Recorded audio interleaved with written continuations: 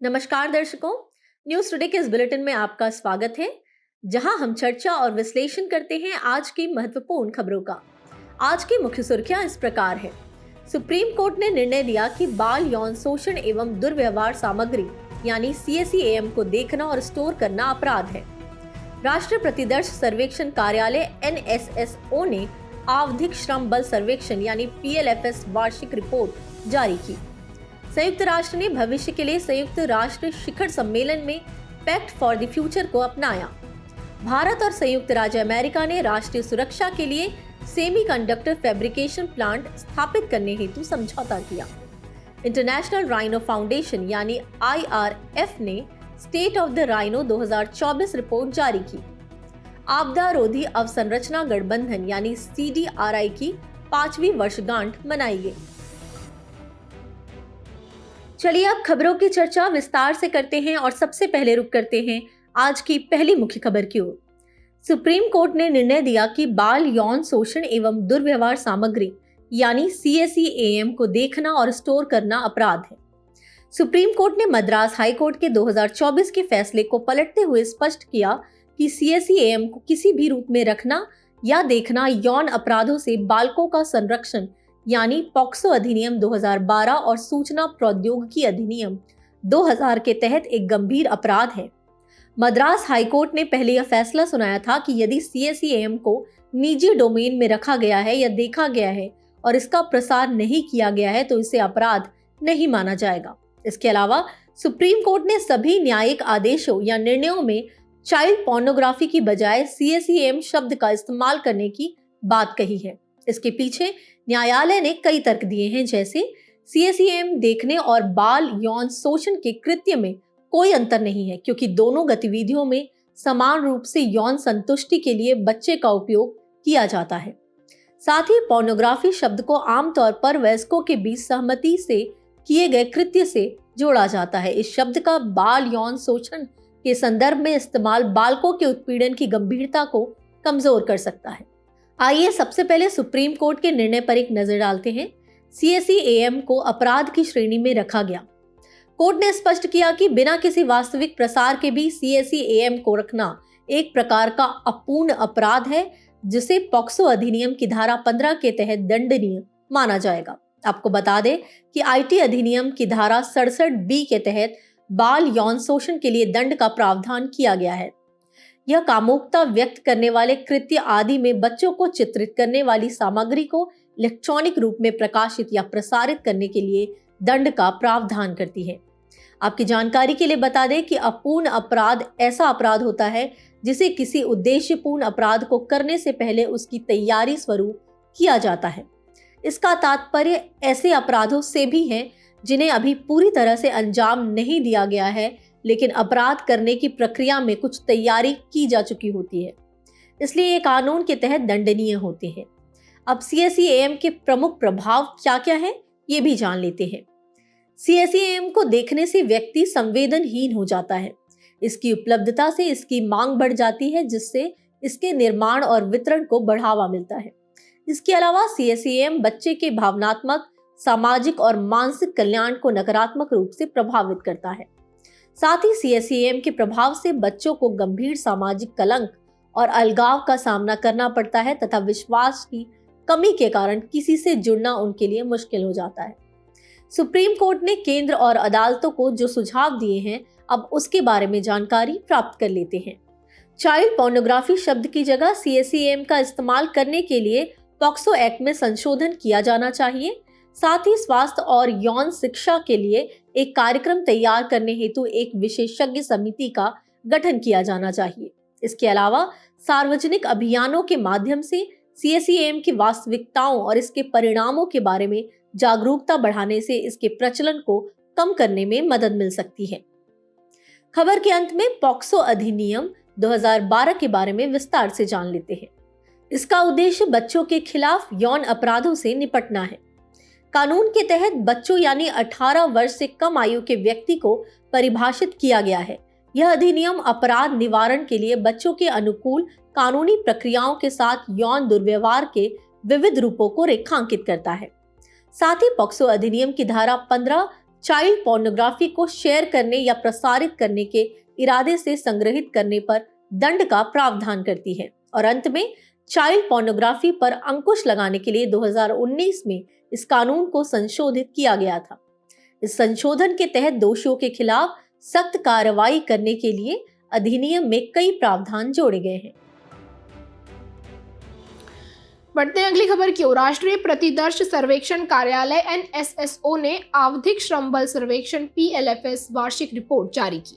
ये वार्षिक रिपोर्ट जुलाई 2023 से जून 2024 तक की अवधि के आंकड़ों को शामिल करती है। आवधिक श्रम बल सर्वेक्षण PLFS को वर्ष 2017 में शुरू किया गया था। यह सर्वेक्षण देश में रोजगार और बेरोजगारी के प्रमुख संकेतकों का अनुमान प्रदर्शित करती है। PLFS के दो मुख्य उद्देश्य हैं। पहला उद्देश्य वर्तमान साप्ताहिक स्थिति CWS में केवल शहरी क्षेत्रों के लिए 3 माह के अल्पकालिक समय अंतराल पर प्रमुख रोजगार और बेरोजगारी संकेतकों का अनुमान लगाना है। इन संकेतकों में कामगार जनसंख्या अनुपात WPR, श्रम बल भागीदारी दर LFPR और बेरोजगारी दर UR शामिल है। अगला मुख्य उद्देश्य है वार्षिक रूप से ग्रामीण और शहरी दोनों क्षेत्रों में सामान्य स्थिति तथा वर्तमान साप्ताहिक स्थिति दोनों में रोजगार एवं बेरोजगारी संकेतकों का अनुमान लगाना। इसकी सामान्य स्थिति यानी यूजुअल स्टेटस का आकलन प्रमुख कार्य गतिविधि स्थिति और सहायक आर्थिक गतिविधि स्थिति को संयुक्त रूप से शामिल करके किया जाता है। चलिए PLFS में उपयोग किए जाने वाले प्रमुख संकेतकों पर भी एक नजर डालते हैं। पहला है कामगार जनसंख्या अनुपात WPR, ये कुल आबादी में नियोजित व्यक्तियों का प्रतिशत है। दूसरा है श्रम बल भागीदारी दर यानी LFPR, ये कुल आबादी में श्रम बल में शामिल व्यक्तियों का प्रतिशत है। इसमें कार्यरत या काम की तलाश में लगे लोग या काम करने के लिए उपलब्ध लोग शामिल हैं। तीसरा है बेरोजगारी दर यानी UR, इसे श्रम बल में शामिल कुल लोगों में बेरोजगार व्यक्तियों के प्रतिशत के रूप में परिभाषित किया जाता है। और चौथा है कार्यकलाप की स्थिति, ये सर्वेक्षण की तारीख से ठीक पहले निर्धारित संदर्भ अवधि यानी रेफरेंस पीरियड के दौरान व्यक्ति द्वारा की गई कार्य गतिविधियों के आधार पर निर्धारित की जाती है। इसके अंतर्गत सामान्य स्थिति को देखा जाए तो कार्य गतिविधि का निर्धारण सर्वेक्षण की तारीख से ठीक पहले के 365 दिनों की संदर्भ अवधि के आधार पर किया जाता है। वहीं वर्तमान साप्ताहिक स्थिति यानी करंट वीकली स्टेटस के तहत कार्य गतिविधि का निर्धारण सर्वेक्षण की तारीख से ठीक पहले के 7 दिनों की संदर्भ अवधि के आधार पर किया जाता है। वहीं खबर के अंत में PLFS के जुलाई 2023 से जून 2024 के मुख्य आंकड़ों का निष्कर्ष निकाला जाए तो 2022-23 की अपेक्षा 2023-24 में श्रम बल भागीदारी दर और कामगार जनसंख्या अनुपात में वृद्धि देखी गई। वहीं बेरोजगारी दर अपरिवर्तित रही। अब बढ़ते हैं आज की अगली मुख्य खबर की ओर। संयुक्त राष्ट्र ने भविष्य के लिए संयुक्त राष्ट्र शिखर सम्मेलन में पैक्ट फॉर द फ्यूचर को अपनाया। इस पैक्ट के साथ साथ इसके अनुलग्नकों यानी एनेक्सेस ग्लोबल डिजिटल कॉम्पैक्ट और a declaration on future generations को भी अपनाया गया है। यह पैक्ट और साथ ही ये अनुलग्न 21वीं सदी की चुनौतियों जैसे जलवायु परिवर्तन, संघर्ष, मानवाधिकार आदि का भी समाधान करने के लिए डिजाइन किए गए हैं। ध्यान देने वाली बात है कि इस पैक्ट को सदस्य देशों ने सर्वसम्मति से अपनाया है। हालांकि इसमें रूस के नेतृत्व वाले 7 देशों का एक छोटा समूह शामिल नहीं है। चलिए सबसे पहले पैक्ट के मुख्य प्रावधानों के बारे में बात कर लेते हैं। पहला है संधारणीय विकास और विकास के लिए वित्त पोषण। इसमें विकासशील देशों को अंतर्राष्ट्रीय वित्तीय संस्थानों में अधिक अधिकार देना शामिल है। इसके साथ ही अत्यधिक निर्धन लोगों की सुरक्षा के लिए वैश्विक वित्तीय सुरक्षा जाल को मजबूत किया जाना चाहिए। अगला प्रावधान है अंतर्राष्ट्रीय शांति और सुरक्षा। परमाणु हथियारों को पूरी तरह से समाप्त करने के लक्ष्य के साथ परमाणु निरस्त्रीकरण के लिए पुनः प्रतिबद्धता प्रकट की गई है। साथ ही घातक स्वचालित हथियार जैसी नई तकनीकों के सशस्त्रीकरण और दुरुपयोग से बचना चाहिए। इसके बाद है विज्ञान, प्रौद्योगिकी एवं नवाचार और डिजिटल सहयोग का प्रावधान। मानवाधिकारों की रक्षा करते हुए जिम्मेदार और नैतिक तरीके से वैज्ञानिक अनुसंधान किए जाने चाहिए। इसमें स्थानीय और पारंपरिक ज्ञान की रक्षा करना, महिलाओं को सशक्त बनाना तथा उभरती प्रौद्योगिकियों से उत्पन्न होने वाले लैंगिक जोखिमों को दूर करना शामिल है। इसके अलावा युवा और भावी पीढ़ी के लिए निर्णय लेने के दौरान भावी पीढ़ियों को भी ध्यान में रखना चाहिए। और अंतिम प्रावधान है वैश्विक गवर्नेंस में बदलाव। बाह्य अंतरिक्ष की गवर्नेंस संबंधी अंतर्राष्ट्रीय फ्रेमवर्क्स को मजबूत करना चाहिए। साथ ही बाह्य अंतरिक्ष में हथियारों की होड़ को रोकना चाहिए। अफ्रीका के अधिक प्रतिनिधित्व को प्राथमिकता देते हुए संयुक्त राष्ट्र सुरक्षा परिषद यानी यूएनएससी की प्रभावशीलता और प्रतिनिधित्व में सुधार करना चाहिए। खबर के अंत में पैक्ट फॉर द फ्यूचर के अनुलग्नक के बारे में समझ लेते हैं। ग्लोबल डिजिटल कॉम्पैक्ट यह एआई और डिजिटल प्रौद्योगिकियों के अंतर्राष्ट्रीय विनियमन पर विश्वव्यापी समझौता है। आपकी जानकारी के लिए बता दें, यह डिजिटल डिवाइड, साइबर सुरक्षा और प्रौद्योगिकी के दुरुपयोग जैसे मुद्दों का समाधान सुझाते हुए डिजिटल प्रौद्योगिकियों द्वारा सतत विकास में योगदान सुनिश्चित करने वाली प्रतिबद्धताओं को रेखांकित करता है। इसके अलावा डिक्लेरेशन ऑन फ्यूचर जनरेशंस के अंतर्गत पर्यावरण की रक्षा और अंतर पीढ़ीगत समानता को बढ़ावा देकर भावी पीढ़ियों के कल्याण को सुरक्षित किया जाना चाहिए। बढ़ते हैं अगली खबर की ओर। भारत और संयुक्त राज्य अमेरिका ने राष्ट्रीय सुरक्षा के लिए सेमीकंडक्टर फैब्रिकेशन प्लांट स्थापित करने हेतु समझौता किया। यह भारत के साथ साथ विश्व का भी पहला multi material fabrication fab plant होगा जो राष्ट्रीय सुरक्षा के लिए काम करेगा। यह क्वाड समूह के भीतर अपनी तरह का पहला फैब भी है। ये पहली बार है जब अमेरिकी सेना ने भारत के साथ अत्यंत महत्वपूर्ण प्रौद्योगिकियों में प्रौद्योगिकी साझेदारी की है। खबर की बेहतर समझ के लिए सेमीकंडक्टर फैब्रिकेशन प्लांट के बारे में थोड़ी जानकारी हासिल कर लेते हैं। इस फैब को शक्ति के नाम से जाना जाएगा। ये आधुनिक युद्ध लड़ने के लिए 3 आवश्यक स्तंभों एडवांस्ड सेंसिंग, एडवांस्ड कम्युनिकेशन और हाई वोल्टेज पावर इलेक्ट्रॉनिक्स पर ध्यान केंद्रित करेगा। साथ ही इसे इंफ्रारेड, गैलियम नाइट्राइड और सिलिकॉन कार्बाइड सेमीकंडक्टर्स का विनिर्माण करने के उद्देश्य से स्थापित किया जाएगा। इतना ही नहीं, इसे इंडिया सेमीकंडक्टर मिशन से भी समर्थन प्राप्त होगा और भारत सेमी, थर्ड टेक और अमेरिकी स्पेस फोर्स के बीच रणनीतिक या सामरिक प्रौद्योगिकी साझेदारी के रूप में भी स्थापित किया जाएगा। सेमीकंडक्टर फैब्रिकेशन प्लांट के महत्व की बात की जाए तो इसका पहला महत्व है रणनीतिक बदलाव। यह भारत को चिप आयातक से चिप निर्माता में बदल देगा। इससे राष्ट्रीय सुरक्षा को बढ़ावा भी मिलेगा। साथ ही इससे भारत वैश्विक सेमीकंडक्टर आपूर्ति श्रृंखला में एक प्रमुख भागीदार और हिंद प्रशांत क्षेत्र में समग्र सुरक्षा प्रदाता के रूप में स्थापित हो जाएगा। दूसरा है आयात पर देश की निर्भरता को कम करना। भारत वर्तमान में राष्ट्रीय सुरक्षा उद्देश्यों के लिए सालाना $1 बिलियन के सेमीकंडक्टर्स का आयात करता है। तीसरा है भारत की सुरक्षा अवसंरचना को मजबूत करना। ये दूरसंचार, रेलवे और हरित ऊर्जा जैसे वाणिज्यिक क्षेत्रों की बढ़ती जरूरतों को पूरा करेगा। और चौथा है चिप विनिर्माण में अनुसंधान और विकास में पारस्परिक रूप से लाभकारी संबंधों को बढ़ाना। Global foundries GF Kolkata power centre का निर्माण इसका एक बेहतर उदाहरण है। इसी के साथ खबर के आखिर में इंडिया सेमीकंडक्टर मिशन के बारे में थोड़ी जानकारी प्राप्त कर लेते हैं। इसे इलेक्ट्रॉनिक्स और सूचना प्रौद्योगिकी मंत्रालय के तहत संचालित किया जा रहा है। इसका उद्देश्य इलेक्ट्रॉनिक्स विनिर्माण और डिजाइन के लिए वैश्विक केंद्र के रूप में भारत को प्रस्तुत करने हेतु एक सक्षम सेमीकंडक्टर और डिस्प्ले इकोसिस्टम का निर्माण करना है। यह डिजिटल इंडिया कॉर्पोरेशन के भीतर एक विशेष और स्वतंत्र व्यवसाय प्रभाग है और ये सेमीकॉम इंडिया प्रोग्राम के तहत स्वीकृत योजनाओं के लिए नोडल एजेंसी के रूप में काम कर रहा है। इसी के साथ बढ़ते हैं आज की अगली मुख्य खबर की ओर। इंटरनेशनल राइनो फाउंडेशन यानी IRF ने state of the rhino 2024 report जारी की। इंटरनेशनल राइनो फाउंडेशन IRF विश्व भर की गैंडा प्रजातियों के अस्तित्व को बचाने के लिए कार्य कर रहा है। आपको बता दें, इस संगठन की स्थापना 1991 में इंटरनेशनल ब्लैक राइनो फाउंडेशन के रूप में की गई थी।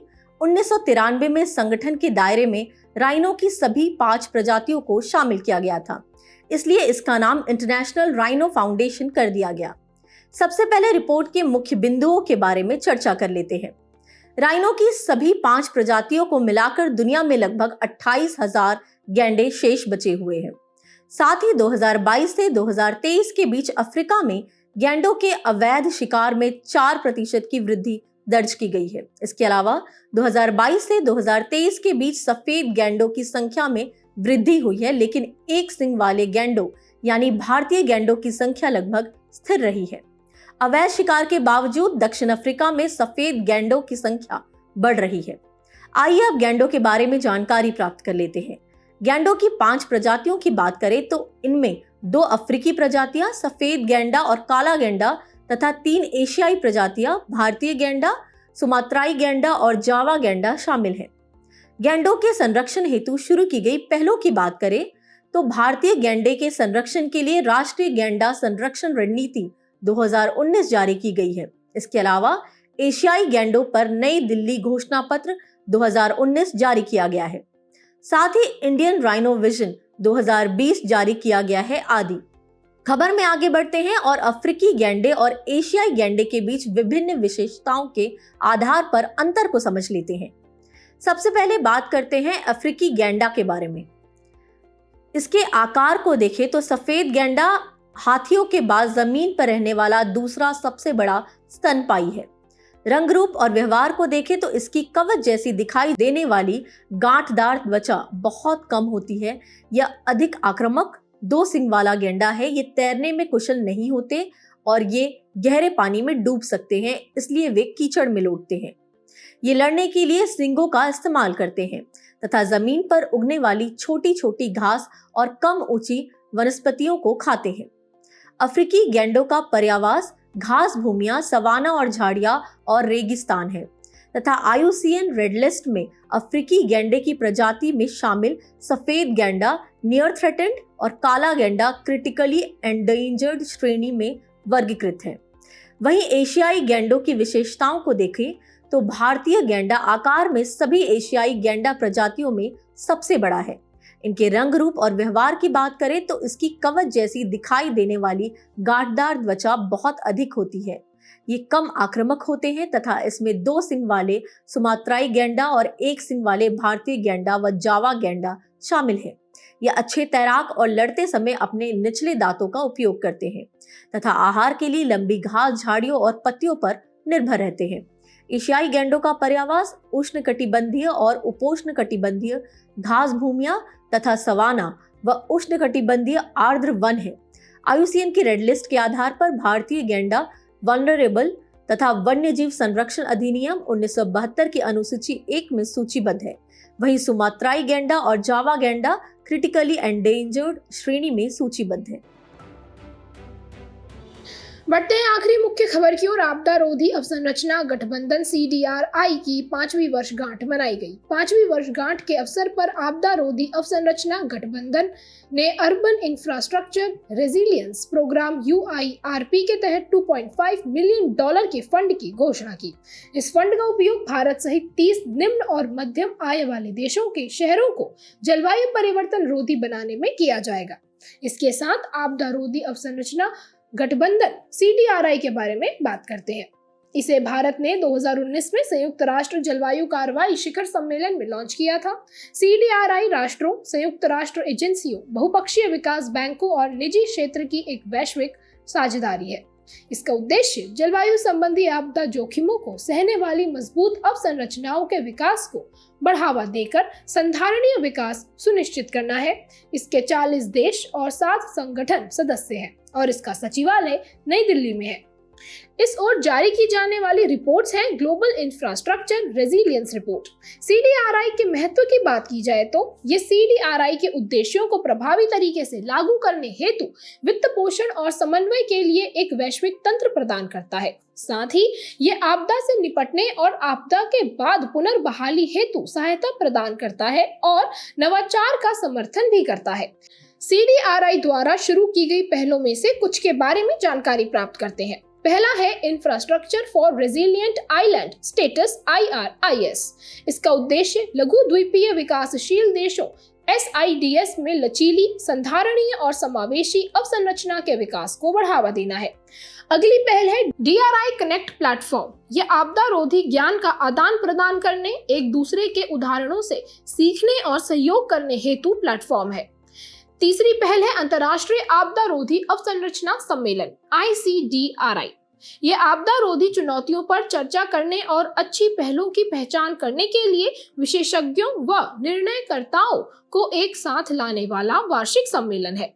इस ओर चौथी पहल है infrastructure resilience accelerator fund IRAF। ये आपदा रोधी अवसंरचनाओं पर वैश्विक प्रयासों का समर्थन करता है। इसे संयुक्त राष्ट्र विकास कार्यक्रम UNDP और संयुक्त राष्ट्र आपदा जोखिम न्यूनीकरण कार्यालय के समर्थन में स्थापित किया गया है। आपदा रोधी अन्य पहलों या कदमों की बात करें तो वैश्विक स्तर पर 2 पहलें शुरू की गई हैं। आपदा जोखिम न्यूनीकरण के लिए सेंडाई फ्रेमवर्क 2015-2030। ये सदस्य देशों को विकास संबंधी लाभों की आपदा जोखिमों से रक्षा करने के लिए ठोस कार्रवाई योग्य उपाय प्रदान करने का प्रावधान करता है। और दूसरी पहल है संयुक्त राष्ट्र अंतर्राष्ट्रीय आपदा न्यूनीकरण रणनीति UNISDR। वहीं भारत द्वारा भी 2 पहलें शुरू की गई हैं, जैसे कि राष्ट्रीय आपदा प्रबंधन नीति 2009 जारी की गई है। इसका उद्देश्य समग्र, सक्रिय, बहुआपदा उन्मुख और प्रौद्योगिकी आधारित रणनीति तैयार करके आपदा रोधी भारत का निर्माण करना है। और आपदा प्रबंधन अधिनियम 2005, इस अधिनियम के आधार पर राष्ट्रीय आपदा प्रबंधन प्राधिकरण, राज्य आपदा प्रबंधन प्राधिकरण और राष्ट्रीय आपदा मोचन बल की स्थापना की गई है। चलिए बढ़ते हैं हमारे अगले खास सेगमेंट सुर्खियों में रहे व्यक्तित्व की तरफ। हमारे आज के व्यक्तित्व हैं संत तुकाराम। महाराष्ट्र सरकार ने पुणे हवाई अड्डे का नाम बदलकर जगत गुरु संत तुकाराम महाराज पुणे अंतर्राष्ट्रीय हवाई अड्डा करने के प्रस्ताव को मंजूरी दे दी है। संत तुकाराम 17वीं शताब्दी के प्रसिद्ध संत, कवि और महाराष्ट्र के भक्ति आंदोलन के प्रमुख संत थे। वे शिवाजी महाराज के समकालीन थे। उनका संबंध वारकरी संप्रदाय से था। ये संप्रदाय मध्यकाल में महाराष्ट्र में फला फूला था। उनके प्रमुख योगदान की बात करें तो संत तुकाराम जी ने अभंग भक्ति कविताओं की रचना की थी। उन्होंने कीर्तन नामक आध्यात्मिक गीतों के माध्यम से समुदाय उन्मुख पूजा का प्रचलन किया था। अभंग भगवान पांडुरंग या विट्ठल के स्तुति गीत हैं। भगवान पांडुरंग या विट्ठल वारकरी पंथ के प्रमुख देवता और विष्णु के एक अवतार है। इनकी प्रसिद्ध कृतियों में 1632 से 1650 के बीच मराठी भाषा में संकलित तुकाराम गाथा बहुत महत्वपूर्ण है। इस कृति में लगभग 450 अभंग शामिल हैं। उनकी कृतियों ने भक्ति आंदोलन में योगदान दिया था। साथ ही उन्होंने समानता, ईश्वर के प्रति समर्पण और सामाजिक सुधार पर भी बल दिया था। हम संत तुकाराम जी से विश्वास, भक्ति, आध्यात्मिकता जैसे मूल्य सीख सकते हैं। बुलेटिन के आखिर में अब रुक करते हैं आज की संक्षिप्त सुर्खियों की तरफ। क्वाड देशों भारत, संयुक्त राज्य अमेरिका, ऑस्ट्रेलिया और जापान ने कैंसर मूनशॉट पहल शुरू की। कैंसर मूनशॉट पहल का उद्देश्य स्वास्थ्य देखभाल, अवसंरचना, अनुसंधान के तहत सहयोग आदि में सुधार करके हिंद प्रशांत क्षेत्र में समग्र रूप से कैंसर देखभाल पारितंत्र को मजबूत करना है। सूक्ष्म एवं लघु उद्यमों के लिए ऋण गारंटी निधि ट्रस्ट यानी CGTMSE ने 1 लाख करोड़ रुपए के लिए ऋण गारंटी को मंजूरी दी है। इसे सूक्ष्म लघु एवं मध्यम उद्यम मंत्रालय और सिडबी द्वारा सन 2000 में स्थापित किया गया था। सेबी के अध्ययन में बताया गया है कि 2022 से 2024 के बीच 93% अलग अलग फ्यूचर्स एंड ऑप्शंस यानी F&O ट्रेडर्स को घाटा हुआ है। फ्यूचर्स एंड ऑप्शंस एक प्रकार के डेरिवेटिव होते हैं। इनका मूल्य अंतर्निहित परिसंपत्ति पर निर्भर होता है। रक्षा मंत्रालय ने राष्ट्रीय कैडेट कोर यानी NCC कैडेट की वैकेंसी को 3 लाख तक बढ़ाने की योजना को मंजूरी दे दी है। इससे आने वाले वर्षों में NCC कैडेट्स की कुल संख्या 17 लाख से बढ़कर 20 लाख हो जाएगी। इसका उद्देश्य युवा नागरिकों में चरित्र, भाईचारा, अनुशासन, पंथ निरपेक्ष दृष्टिकोण, साहस की भावना और निस्वार्थ सेवा के आदर्शों का विकास करना है।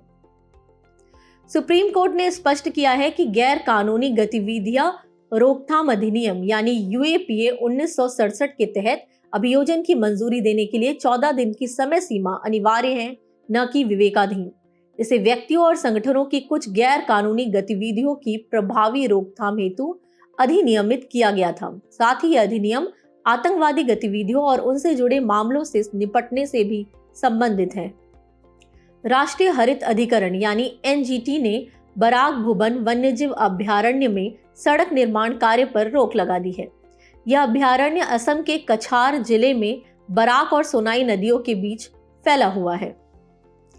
केंद्रीय विद्युत मंत्री ने नई दिल्ली में कंप्यूटर सुरक्षा घटना प्रतिक्रिया टीम पावर यानी CSIRT POWER सुविधा का उद्घाटन किया।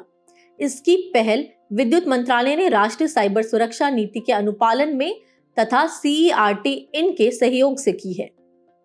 हाल ही में सड़क परिवहन एवं राजमार्ग मंत्रालय यानी MORTH ने राष्ट्रीय राजमार्गों के निर्माण में शहरी ठोस अपशिष्ट या निष्क्रिय सामग्रियों के उपयोग को बढ़ावा देने के लिए नीतिगत दिशा निर्देश जारी किए हैं। निष्क्रिय मिट्टी ठोस अपशिष्ट का एक प्रमुख घटक है। इस तरह की मिट्टी का निर्माण जैव उपचार और जैव खनन से होता है।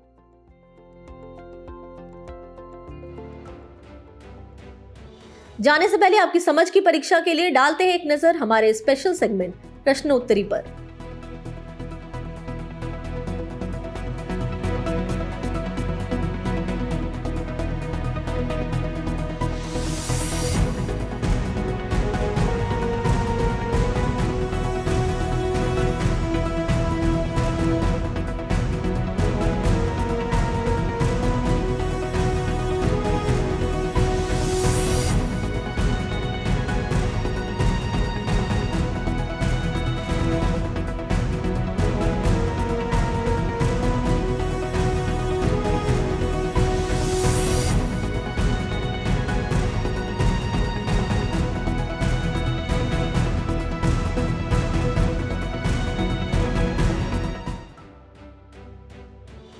हमसे जुड़ने के लिए आपका धन्यवाद। उम्मीद है न्यूज टुडे का ये बुलेटिन आपको पसंद आया होगा।